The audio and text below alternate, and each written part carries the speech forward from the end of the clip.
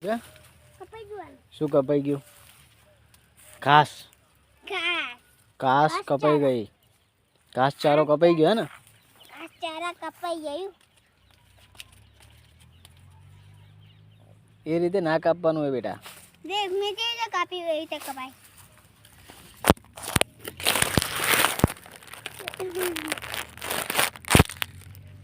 એમ ના કરે ઘાસ ચારા. હું તને બતાવું બેટા કઈ રીતે કાપવાનું હોય. આ રીતે પકડી આ રીતે કાપવાનું હોય. આમ કાપવાનું. એમ? હા એ રીતે કાપવાનું હોય. આને શું કહેવાય? દાંતરડું કહેવાય. દાંતરડું પકડ. આપણે 1 જ મિનિટમાં કાપી દેવાનું. કેવી કાપો?